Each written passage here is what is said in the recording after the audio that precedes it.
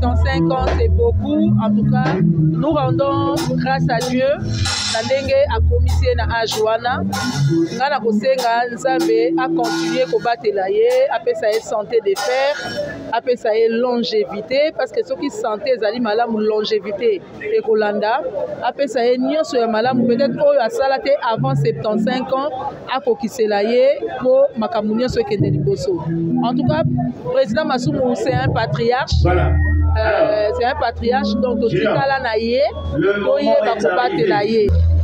Eza sengo mingi na corporation na biso to zana ba patriarche na biso Nzambe abatela bango baumela parce que lorsqu'on les voit toujours na sagesse. Donc voilà les deux lancement il y a activité et comme ma 75e anniversaire na d'âge 58 ans de carrière. Donc il y a pratique théâtrale où ils ont et le Kawasaka Nangote. Et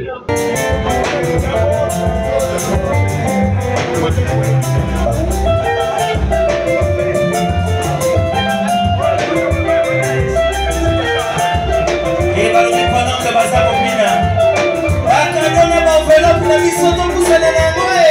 Bakadona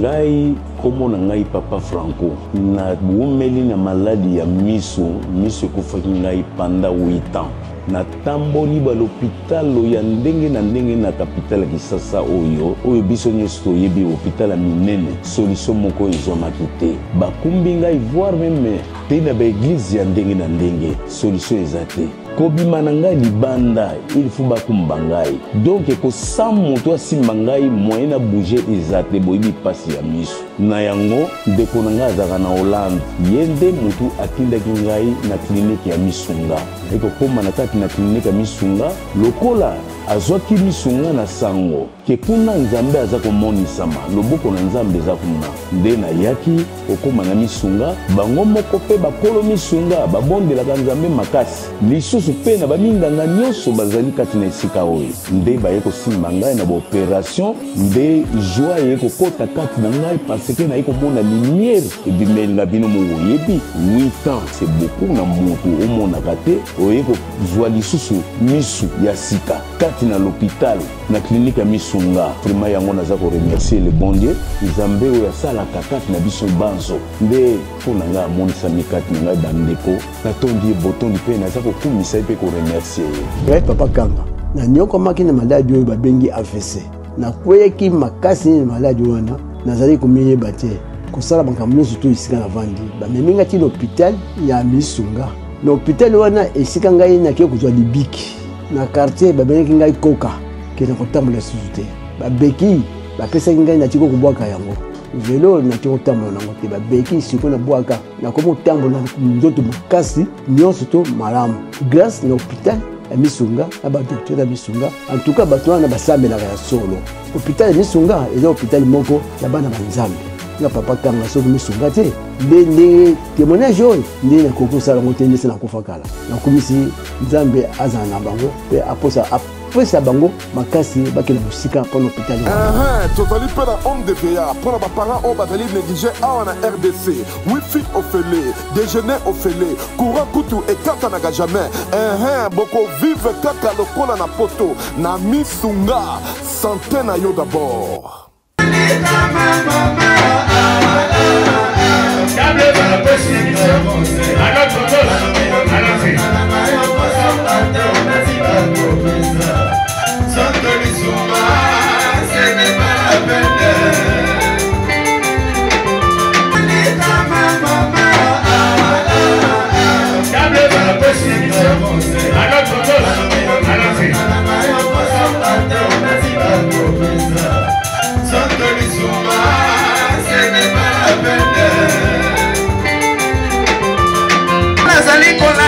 sele mama apekisi ngai natika kunganisaka yo kabongo apekisi ngai surtout natika kosalelaka yo suwe natika kopesa nzoto na susi sene mbala pari yo okata baksinasi okoma sardine o moto etikala na moto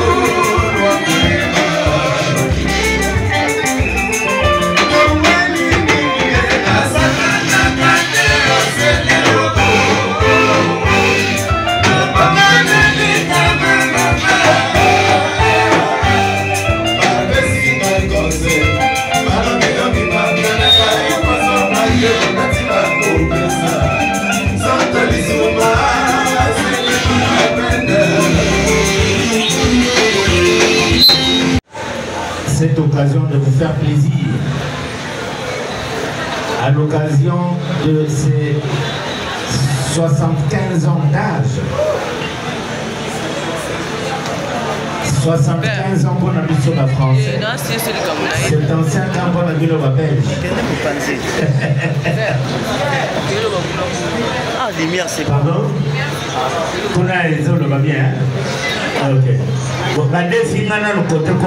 75 ans d'âge. Ces enfants n'ont pas voulu faire passer cette occasion comme ça. Balobi va décider, Balobi papa, biso toko se greffer naba ma bongisi milulu na yo zali ko sala te, biso to sala non ya biso. Parce que nous allons vous annoncer que Massouma de Brendé, Ndongi Mambimbi, fête, c'est vrai, c'est 75 ans d'âge, mais pas seulement c'est 75 ans d'âge, mais il fête également ses 58 ans de pratique théâtrale. Et là, il s'est ngoté, il s'est ngoté. Et vous allez, hein? Tant toujours à s'entendre. Si vous raisonnez que Moutou soit venu au salongo à 58 ans à la théâtre. Vous comprenez, hein? Toujours réalisé un go, hein? Tant toujours mon les lobes jeunes basent 20 ans, 25 ans, 30 ans. Mais il a plu à Dieu de garder notre papa jusqu'à cet âge ici. Alors, en dehors de cette soirée qui est organisée, je précise, par les enfants, la patronne Érudit Ndongi, en compagnie de ses sœurs Neige Ndongi, ainsi que notre cadette Ndoi Paradis, qui ont voulu faire plaisir à leur papa, eh ben, c'est à cette occasion que nous et vous, nous avons été conviés à cette soirée. Eh ben, je ne serai pas seul ici. Je serai accompagné de Junior Lusaolo Talali Bomo Letra. Eh bien, nous vous annonçons déjà que après ici, parce que le président Massoumo a dit ceci, les festivités commencent. Parce que déjà au mois d'août, nous commençons les festivités. Le 2 août, vous avez déjà la conférence de presse, n'est-ce pas? Il y aura une conférence de presse qui sera organisée le 2 août. Et après la conférence de presse, je crois le 16 août, si je ne me trompe pas, nous allons à la marche de santé. Et après, la semaine qui va suivre, Tokozalana, Hôtel du Fleuve. Ça purement culturel. Vraiment culturel. Parce que c'est un artiste qui fête. Et bandé na Kinshasa, tokokende na mbote na mikili ya poto. Théâtre plus mikolo ezosaka na soute. Tozali kaka kofete 75 ans ya âge te ya Papa Masumu. Ouais. 58 ans kaka te ya pratique théâtrale. Et tozali également kofete pelisusu anniversaire ya Théâtre Plus. Ici 33 ans d'existence. Ça mérite les applaudissements, quand même. Ah mais comment? Ah mais oui. Ça c'est bien ça. L'actrice a fêté anniversaire 33 ans. Si. D'existence de Théâtre Plus. Alors, à cette occasion, nous commençons à Kinshasa. En Europe. En France. Ouais. À Paris précisément. Si. Oyo, tokosala ba spectacle ya Rosarana te kona. Eh ben, na kati na biso pe. Na yebike ba invité ba Rosala. O ba accompagner biso. Bien sûr que oui, ba invité ba Rosala ebele talakaka. Donc l'air yango yo soko to swana kana yo banda ko bombisaka. Le baka benga kanga pamba. Le la ndenge bonsoir. Le la ndenge bonjour. Donc l'air yango. Solisaka déjà Chika. Donc naza déjà futur diaspora. Bon. Alors tonton Lola, balobi pe tokozala na projection oya film ya Simon Kimbangu parce que balobi tourner ça ko salema pour na film wana. Alors moi liloba pona yango. Exactement nakati ya makambo oyo artiste Ndongi Mambembe alias Masumu de Brende asali na kati ya 58 ans ya pratique théâtrale na ye ezali pe na réalisation monene oyo et kamusaki mokilizo continue ko kamusa tobengi long métrage ya Simon Kimbangu qui est le prophète congolais, un envoyé de Dieu.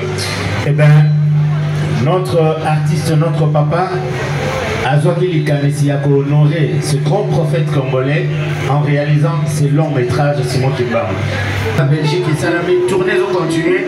Alors, Nakati a tourné Wanape, Drokoba, Nako, projecté film Wana Simon Kimbangu. Le monde, parce que Balobi Mandela a 27 ans. Voilà. Alors que papa Simon Kimbangu a fait plus de. à peu près 30 ans en prison. 33, je pense. Ok. C'est ça que dans quelques minutes, le président Masumu a aussi la rentrée naïe. Dans quelques minutes, le bébé va entrer parce qu'il vient de naître.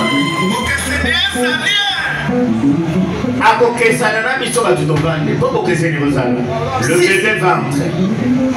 Quand le bébé va entrer, nous allons l'accueillir parce que c'est lui l'heureux de cette soirée. 75 ans, papa Lola, c'est pas 75 jours, hein? Et c'est belé. Ce n'est pas 75 mois non plus.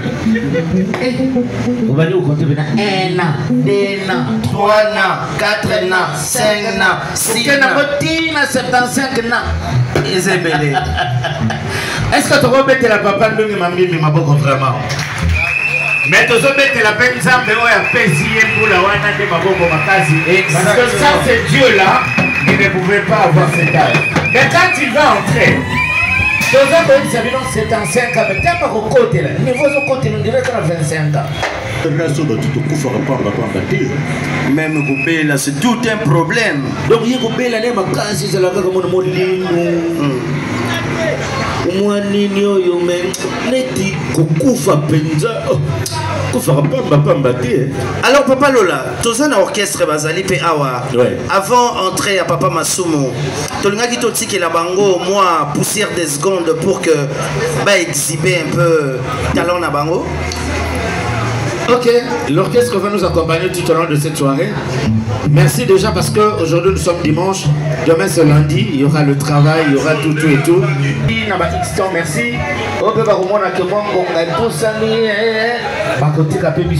sommes heureux d'être avec vous.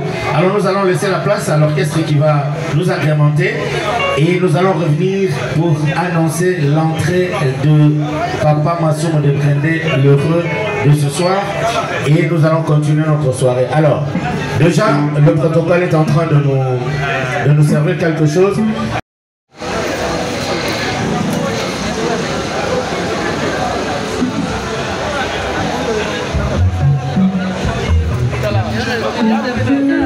C'est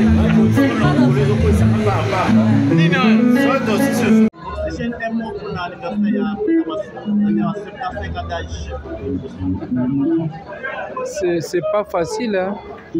Donc c'est pas facile. Yayambo se rendre grâce à Dieu. Eza sengo mingi na corporation na biso to za na ba patriarche na biso Zambé abatela bango baumela parce que lorsqu'on les voit toujours mon sagesse. Donc voilà les deux lancement il y a activité et comme ma 75e anniversaire na d'âge 58 ans de carrière. Donc il y a pratique théâtrale Oeza et le Korosaka Nangote. Voilà donc c'est Azamuto à féliciter. Banda Azoyi Kampiko, Azoti Kate, Azakaka. Malgré ma phase marée, ma difficulté, mais il est là, il tient bon. Parce que Alingi Moussala Nae Aza moi et des mauvais repères. Il y a une nouvelle génération. Voilà donc. L'autre rôle, bon anniversaire na président Masumu, na transmettre un peu anniversaire eux outil musique en France et pas ya de Komoko Atindi Nicole Kunga dans NK Service, voilà. Vraiment 75 ans ça se célèbre, 75 ans vraiment ça se célèbre. Coup de chapeau à président Masumu, donc à l'embate na musala na toujours actif na musala yango. Bah jeune belé coup moins âgé que yé ba kokate ba abandonna, mais lui au moins il continue toujours na musala yango ko encadrer ba jeune. Donc alors on est monument vivant pour Nabiso. Voilà pourquoi nous sommes là pour nous s'appeler ça. Donc Tolobanine et puis birthday na président Masumu quoi kitoko. Merci beaucoup.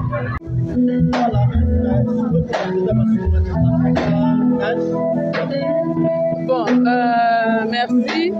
Nako souhaité joyeux anniversaire na président Masumu. 75 ans, c'est beaucoup. En tout cas, nous rendons grâce à Dieu. Nandenge a commissionné na Ajoana. Ngana kosenga Nzambe a continué ko batela ye, après ça est santé de fer, après ça est longévité parce que ceux qui santé ezali malamu longévité et Kolanda, après ça est nyonso ya malamu peut-être oyo asala te avant 75 ans a kokisela ye pour makambo nyonso ekende liboso. En tout cas, président Masumu c'est un patriarche. Voilà. C'est un patriarche, donc tout là naïe, oye bakobate naïe. En tout cas, joyeux anniversaire président, on t'aime beaucoup, que Dieu vous protège, que Dieu vous bénisse abondamment. Je vous dis, il est très beau, il est ngeli, il est bébé et bientôt il va faire son entrée. Alors, nous allons faire le décompte. Mais dans l'autre temps, nous allons demander aux gens de se lever pour l'accueillir. Bien sûr. Bien sûr. Ah oui. Batata bandeko, est-ce que tokoki kotele mapoto ya mabebe na biso lingakota?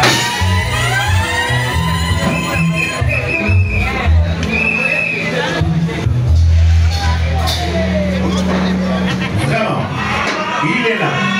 Voilà, il y a Roselle mabebe et puis Bafouné.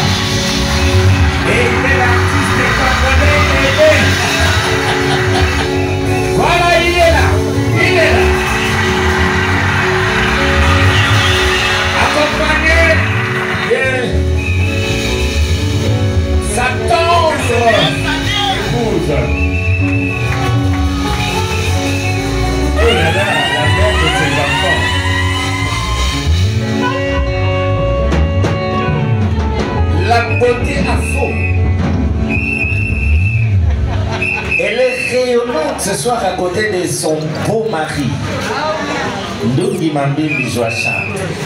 Nous pouvons applaudir ce merveilleux couple, s'il vous plaît.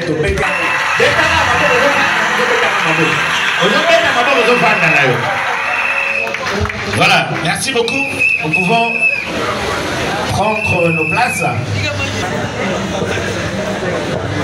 Voilà. Le bel Akibilongo tout à l'heure, avant son entrée, que aujourd'hui c'est un jour spécial. Spécial dans la vie de ces messieurs que vous voyez, parce que Dieu a voulu que ce papa aujourd'hui totalise 75 ans d'âge. 75 ans d'âge, en tout cas ça s'est fait, mais également, il fait également ses 58 ans de pratique théâtrale. Depuis qu'il est dans le monde de l'art, ça fait jour pour jour et exactement 58 ans. Beaucoup d'années. En tout cas, en dehors, peut-être il y a le professeur Azalia, on a limité de 58 ans d'âge Azalia. Quitte, dans le bien en dehors, professeur. Il y a le cours à 26 ans. Quitte le cours à 26 ans.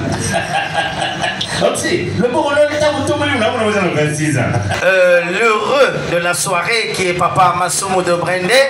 Yala Fou Mwambanza Wambote Mbote. Je vous demande d'applaudir encore une fois pour celui qui est à l'honneur ce soir, mesdames, messieurs.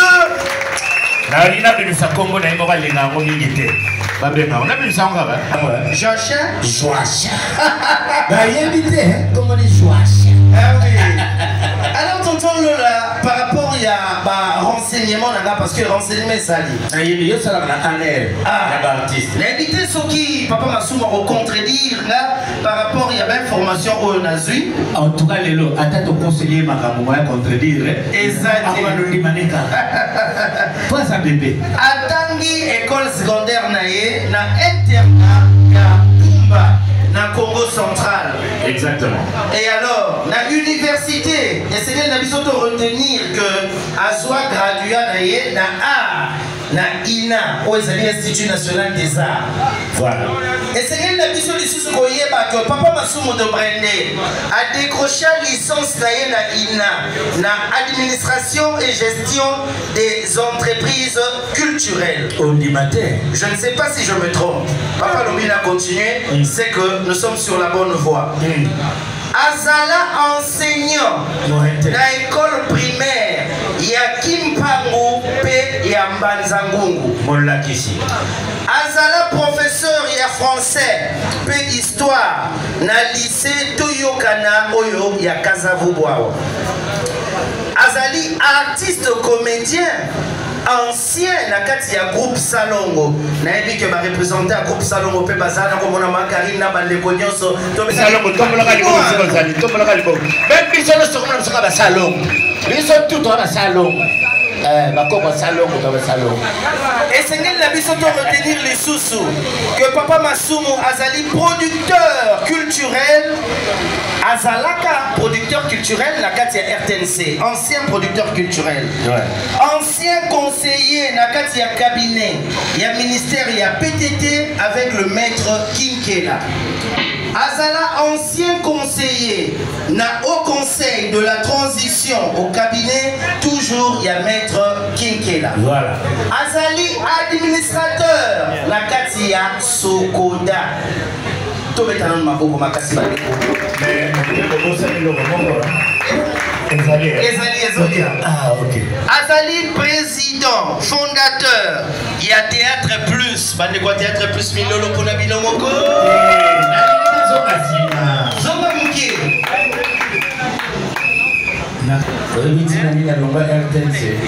Opposant ya Mobutu na conférence nationale souveraine. Si. Kanamiso. Albatel va opposant oyo na la voix d'Isaïe. Ah opposant. Azali Lisusu ambassadeur de la paix. Voilà. Producteur, réalisateur, il y a film long métrage Simon Kimbangu. et ça pour ça la tournée, il y a projection nango, tournée européenne et la tournée des africaines et tout ça et ça. Mais on va rappeler aussi à l'époque de la Voix des Zaïre, fondateur de l'orchestre Ovoza. Au monde a eu qu'à théâtre était Ndouleman à la Luana. Azalaka pe moyembi epa ya Vadio Mambenga. Exactement. Bato ba yebi na bango titane na zo timolango. Alors Papa Lola, et ce qu'il n'a pas sauté le Soussou Azali décoré de la médaille de l'ordre national de Léopard. L'homme du jour, Nabiso, n'a évité sur le contraire. T'as mis un certain 6 juillet 1950. Na Bidoré, tout près na Matadi, tout près na Matadi, tout près à Matadi. Pemben ya Matadi, na Congo central. Maintenant pour Batumisoso, est-ce que vous avez Bidoré? Attention, Balaxena na Boyeba. Azali pe mobali ya Mama Afo. La beauté Afo. Mama Afo telema na tometelo maboko, metela Mama Maboko. Seigneur.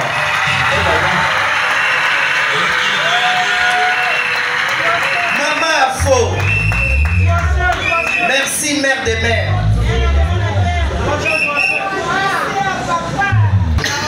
« 45 ans de vie en couple. Ce n'est pas... C'est bien. 45 ans, non? Ça mérite les applaudissements, mesdames, messieurs, monsieur Batomana, Balbelo, Nalobi. C'est quoi le c'est la reine du président le Barango. Interruption. Non, c'est sans interruption. Ils sont on a 20 ans de mariage, 14 interruptions. Est-ce que ça nous fait un temps? C'est 18 mois. Et puis en décembre, c'est qu'il est 46 ans. Oui, mais on a 46 ans, on a fêté la mort. Ceux qui continuent, ils sont kilométriques, autres suivent à la volée, juste pour la cérémonie. On l'a dit tout à l'heure, il est aussi président national de la NTPC. Voilà. Et grâce à son leadership, aujourd'hui la NTPC ils allaient association monnaie nakati ya mboka ils allaient incontestable et incontesté crédible et les lots ANTPC comme international parce que ils allaient en Angola ils allaient en Congo Brazzaville sûrement faut qu'on dise à Bilembo ANTPC Paris France Belgique donc Congo n'a pas d'international pour ça aussi. Alors Papa Lola, le coup aussi ici partiellement on a nos macabres présentation. Papa a côté les mains parce qu'il faut moi mini danse na mère à fond et pendant cette danse bao ba qui na ba cadeau ba pour remettre papa ou azali bébé papa Lelo Bako s'avancer pendant que Bazo. Voilà, je crois que vous avez vu dans les invitations, on a écrit cadeau non emballé. Donc, il y a un cadeau, il y a un emballage, 4 emballages. Vous voyez, vous remettre. Si vous avez une enveloppe, enveloppe de 4 à terre. Donc, 4 enveloppes, vous avez un peu pour la 4. Ou enveloppe, si pas moi, vous pouvez pas. Vous avez 4 enveloppes, vous avez 4 enveloppes.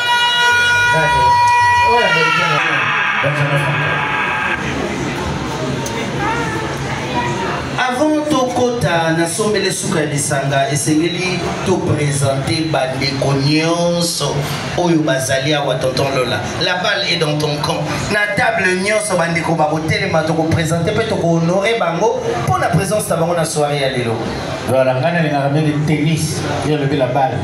Et les quelques invités qui sont là qui sont venus honorer ce soir Papa Masumu de Brandé, les artistes Bazali, les amis comme on a Libota Bazali, les amis et connaissances et aussi les amis des enfants de Papa Masumu. Alors nous allons, comme c'est un artiste, nous allons commencer par les artistes qui sont présents. Exact. Alors, devant nous, nous voyons déjà cette table bien décorée des artistes. Quel est l'artiste si vous voulez pas présenter votre tête, vous allez le Basango. Je vois déjà le professeur Lema. Le professeur Lema qui est... On applaudit très fort, il est là.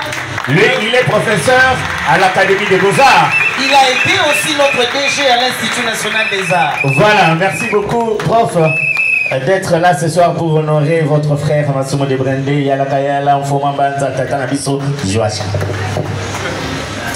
Et à ses côtés, il y a un monsieur en chemise rouge, bleu, jaune, et puis il est chauve. À peu près, les bandits, on a débranché, mais bandits faut le rôle. Guilhem Bao, Oxygène, merci pour la présence. Le secrétaire général de l'ANTPC.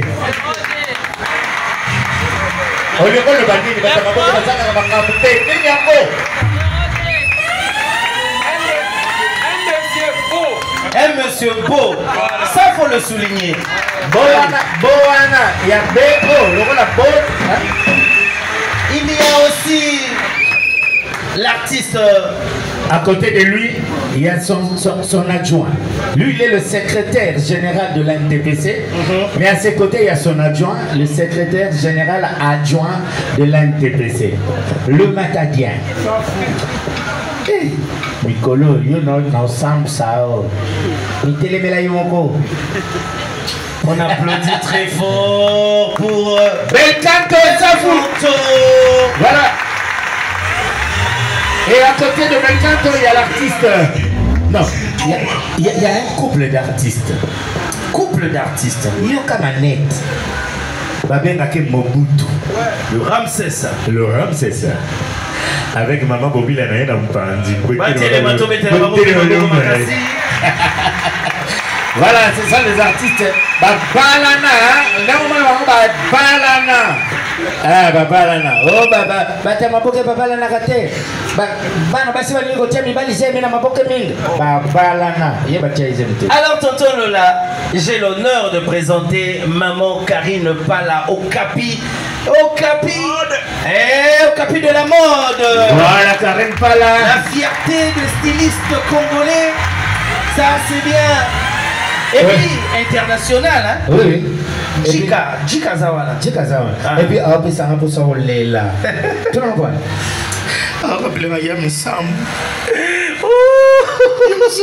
Tu es trop nostalgique.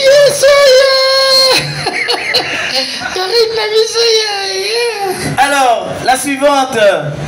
Maman, maman, pesi biso mokongo azala maman Karine. Atelema quand même tobe telema boko makasi. Opesi biso ka Congo. Pesa biso ka liboso. Congo na ye princesse. Azali chantre de l'Éternel à Outi Suisse. Maman chantre. La chantre de l'Éternel en direct de la Suisse-Irlande. Maman Téléma s'il te plaît, tobe telope maboko makasi la Suisse-Irlande. Merci maman, que Dieu vous bénisse, merci pour votre présence ici ce soir. Alors ça continue tonton Lola. Yana biso Outi Suisse. Un centre de l'Éternel, au centre de l'Éternel, il y en a pourquoi. Alors papa P Azali Pembele et tonton Lola Tozo continuer. Avant mon ama. Papa prof Azali, président sectionnaire et ANTPC. Funa. Faut mettre les mamans à casser ta mazotela. Avocat de la piste pamba. Ah oui. Papa prof, c'est ça. Merci beaucoup papa prof, veuillez vous asseoir. Et maintenant nous allons présenter mon ama. L'artiste Monama a été blessé.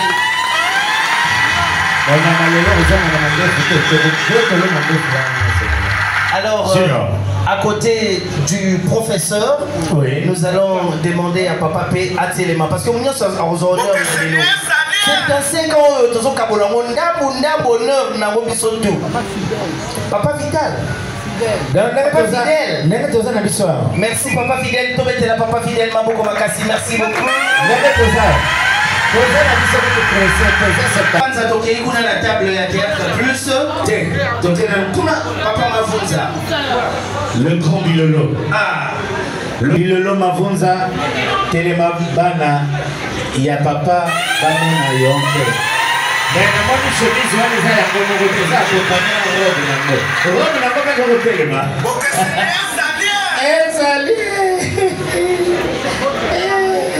Au monde artiste Théâtre Plus, le groupe, la troupe de Papa Massoum de Brendé. Tous les artistes de la troupe Théâtre Plus, de Télémina, de Babé Télémina, de Babé Télémina, de Tanguy Tanguy. Il y a le président Kimocha aussi.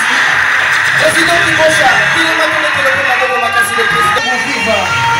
C'est ça, le président Kimocha. Voilà, le Théâtre Plus représente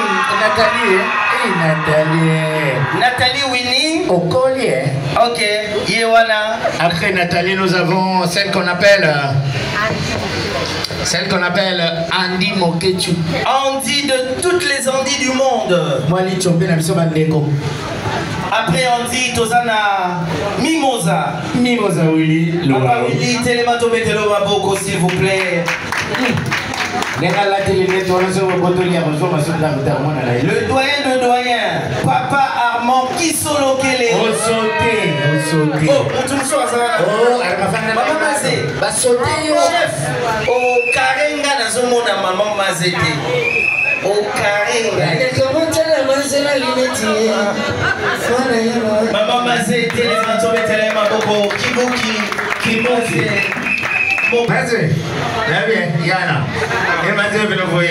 Yana. Alors, Papa Armand, Télémato Betelo Maboko.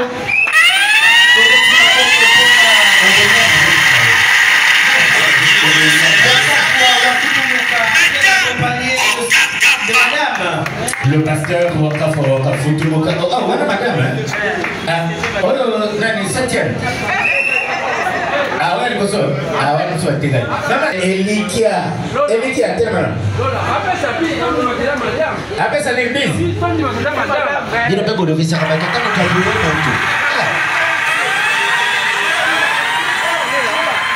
et à côté de Elikia, il y a Montamela Diamant, Sandoka.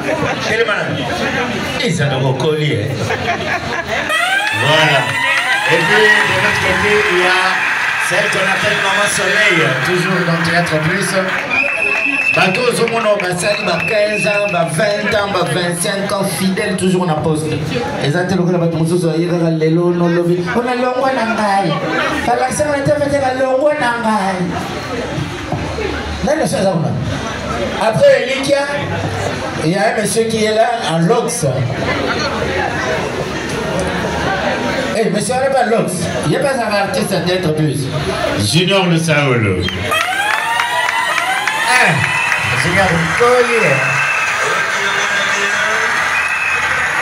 Voilà, tu la recibino artiste à Théâtre Plus.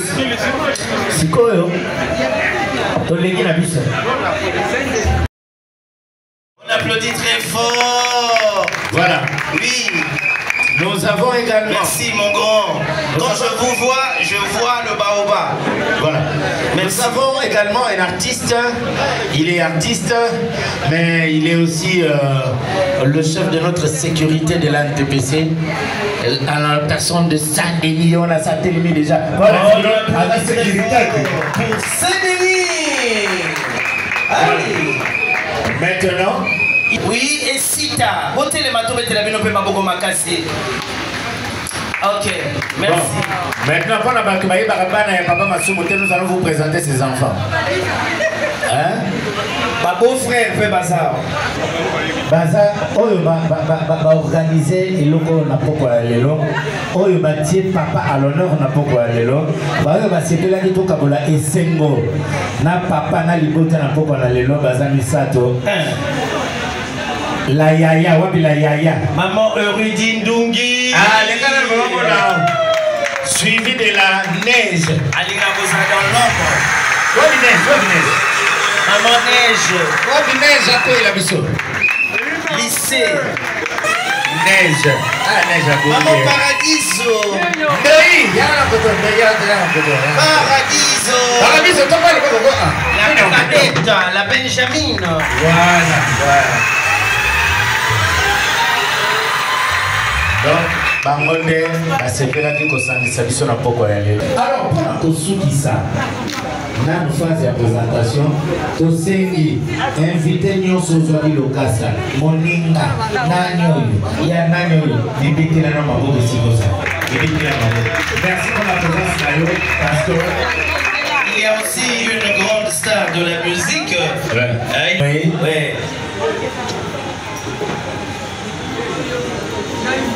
Bana groupe salon on a ba koko ya Chintengesa na pe bazali. Ah c'est vrai. Ah oui. To linga kito me mangambo. Ba koko ya groupe salon to telemi en tout cas to telemi bisono sur ba koko ya groupe salon to telemi to meteli ba to telemi. Merci beaucoup. Merci.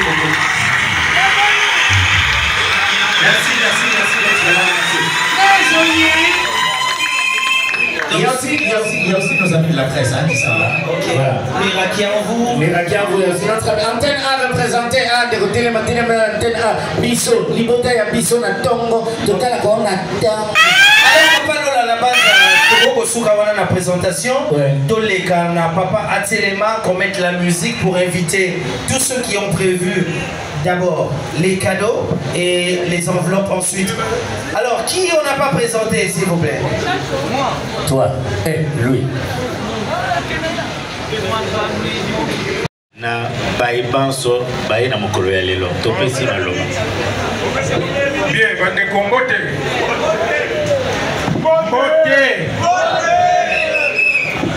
Bolembi déjà va fêter banda. Mbote. Bobeta maboko, allez, bobeta maboko s'il vous plaît. Oh, on va fête, on dirait. On dirait qu'on se confondre.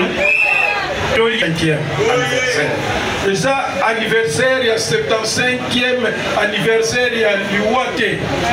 Mais il y a naissance. Alors, bobeta maboko pour la naissance, s'il vous plaît. Bon, je voudrais remercier Binonion Sonandenge Boye qui a présenté déjà quelques bandeko. Monsieur Tobani n'a pas présenté Moko de Bossil Sassikolté. Mais Eloko, Dalina Lobakaka, encore une fois merci Nandenge Boye. Mais Toye que beaucoup défendre Ngai à partir de lobby parce que ndenge tozali awa sélection makasi uti ko salema ndenge nazali soki to bandi fete ti ba koma ti soki na balabala kuna albatu nyonso ndenge balobaka éligible mais sikoyo ekomaki neti kaka non, fico. Ce qui comme on a eu bimi. Ce qui est bimité. Il y a beaucoup d'artistes qui ne sont pas là. Les membres de famille, j'espère que vous avez donc sélection. Donc c'est parce que présence Nabino et Baxili un plus pour que Tokutana le sous Bino le beaucoup Noki, mais on va faire Noki. Tokutana le sous dans 15 ans, tu fêter le sous. Waouh! Et ce qu'on y a mis comme tout. Rendez-vous dans 15 ans. Oui. Ce qu'on y a mis comme Koufa, non pas ma pamba, on se rendez-vous au yoté. Oye ba résister à la biso, mais si quoi il beaucoup pesa ba combo, tu y a déjà gagné de la fête na biso dans 15 ans. Pour vous en fête beaucoup, ma papa pour la biso de Koufa na nobité. Allez. Tomoni bilongi mususu ya mawa ba Koufa na nobité, mais enfin aucun motema, c'est la vie. Bon, ici c'était tout simplement pour remercier Bandeko. Ndenge Boye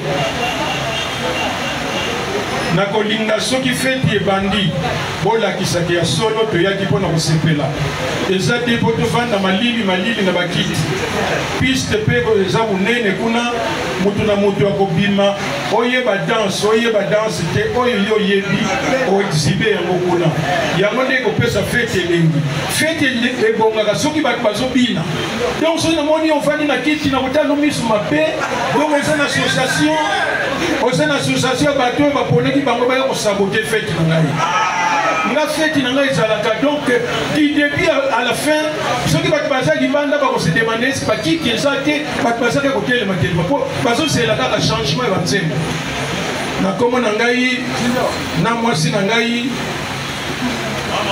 Maman Fo, Telema Lisusu, Bamona Yo.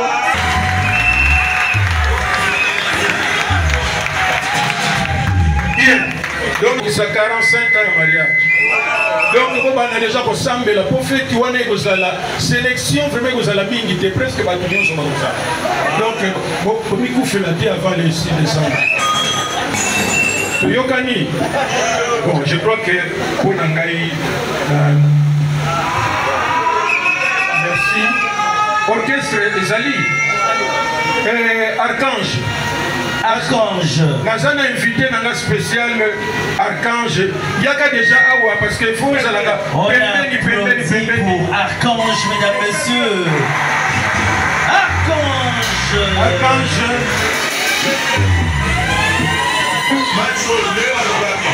Oyo, asa vrai petit nanga me aboka kangate. Donc mitif na. Oyo Archange, un grand chanteur, na viva la musique, ba voix wana donc ya kitoko. Biso to uta na biso na matadi ndenge bozo. Toza ba mapeka. Mais so to comme na kini nzunzu makasi. Bon donc Archange yo za la pembeni sala pour naissance na ba miso ta ba miso bango yo. Oyo toza na grand bassiste na biso. Ah Mushetu me nazana diplôme na ye ya Mushetu. Me na ngonga oyo atiki nanu Kimushetu men sikoyo grand bassiste. Obekile maboko s'il vous plaît. Le Mushetu men le grand bassiste. Donc akende na Ista par hasard, pour Azaki pressé, il fallait la INA. Toi, comme professeur, il y a art, il y a musique. Voilà. Ah, ça là, il voilà. Merci beaucoup. Bien. Archange, yo, on s'est débrouillé, on va la pébéni. On a déjà un bango. Alors, tonton Lola, je crois que. Voilà, et peuple, à Zawana, soufflé bango, moi, note, moi, Loyembo et Sengeli Betama.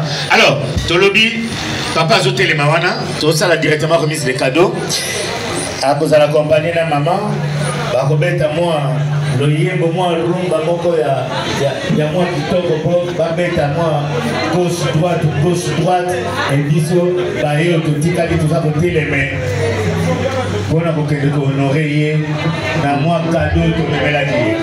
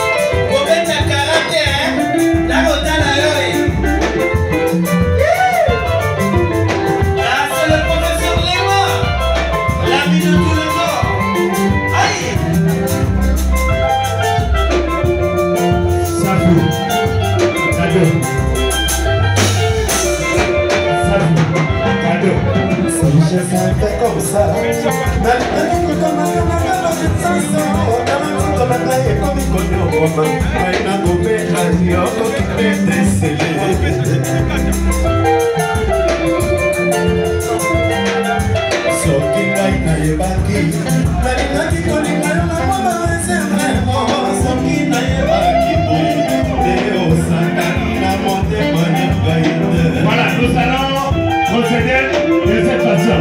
Donc, il y a des tables par table. Alors, nous sommes dans la table d'artistes. Eux arrivent à faire les gossons à l'histoire. Nous sommes venus compromettre enveloppe tout le cadeau. Donc, table, il y a Bakarel, Pala, il y a Oxygène, il y a Ramsès. On fait déjà télémanique, table par table. Allons-y. Il y a Suisse-Irlande. Aïe! Ça fait comme ça.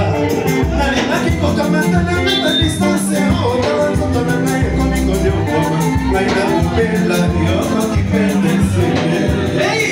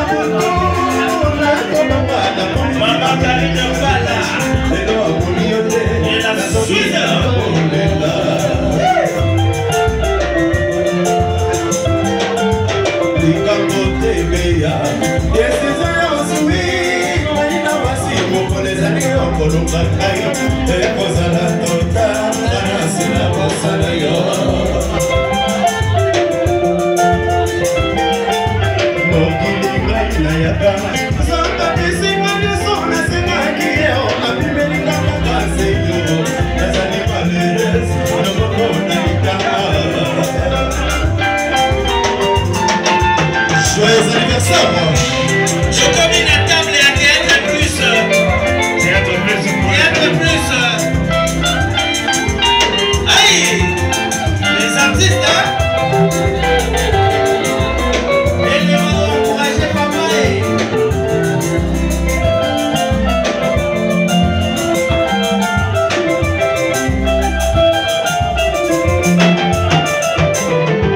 Si je savais comme ça.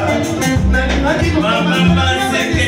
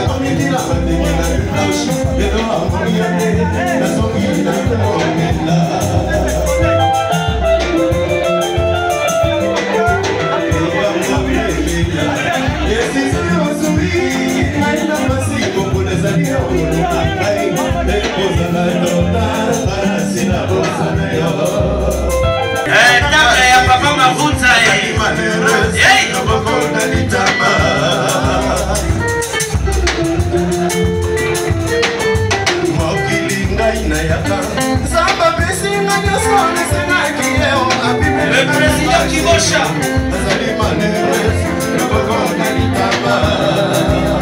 Ah oui. Joyeux anniversaire, le président de président. Les Cambodia, des saisons, oui, il a passé pour les années en Colombie, et pour la Trotane, c'est la Bossanaïa.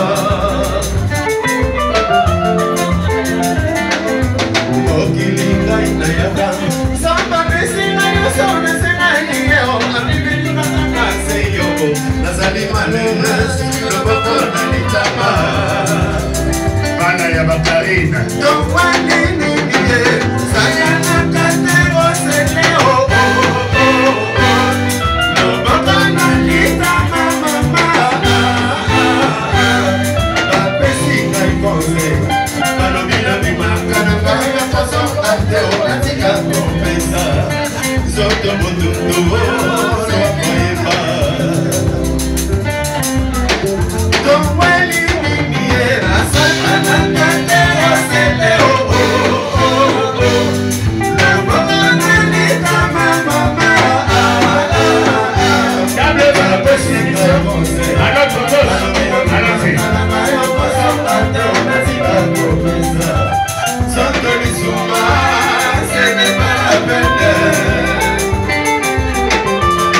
nazali kolanda sele mama apekisi ngai natika kokanisaka yo kabongo apekisi ngai surtout natika kosalela ngai yo zuwe natika kopesa nzoto na susi sene mbala pari yo okata bakuna okoma sardine o moto etingana na moto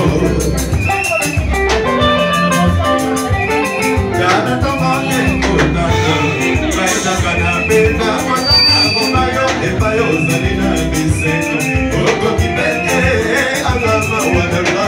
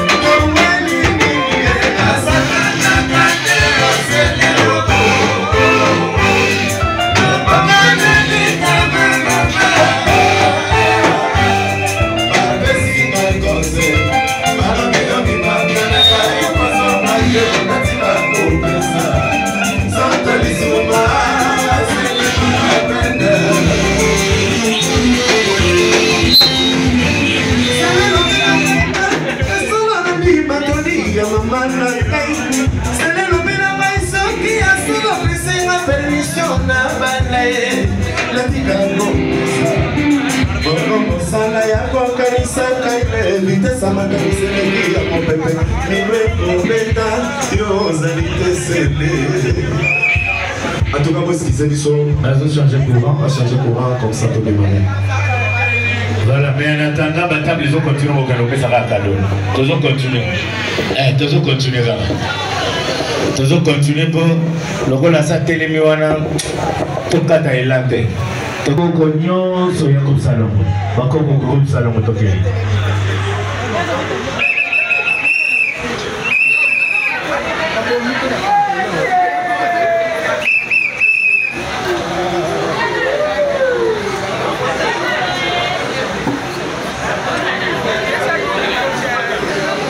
Bandeko balobi tozongisa groupe ozali na tension ya malamu.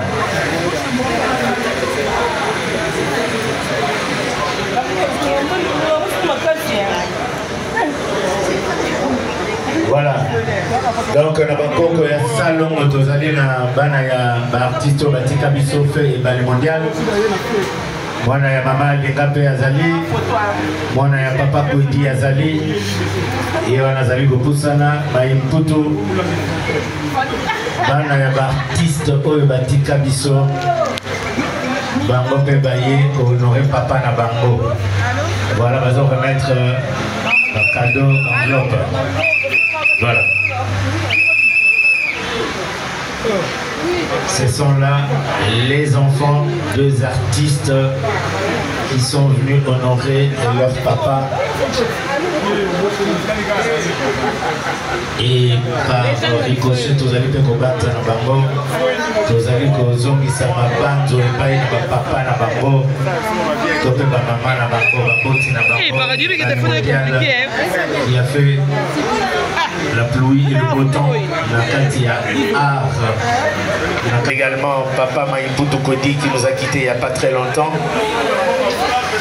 Tozali pena bana maman Alinga Bazaliana. Voilà. Ce sont les enfants des artistes qui viennent rendre hommage à leur papa. Voilà. Caméraman et Nabiso Yende Beta Cartouche. Wana ya masasi kabamba ye wana zali ko filmer. Omoni bino bolo magono masasi abota na ye. Tala mwana na ye za cameraman. Parce que bazango le papier ye wana sisi ne tomona la gueule on dirait abota te. Sinon il faut faire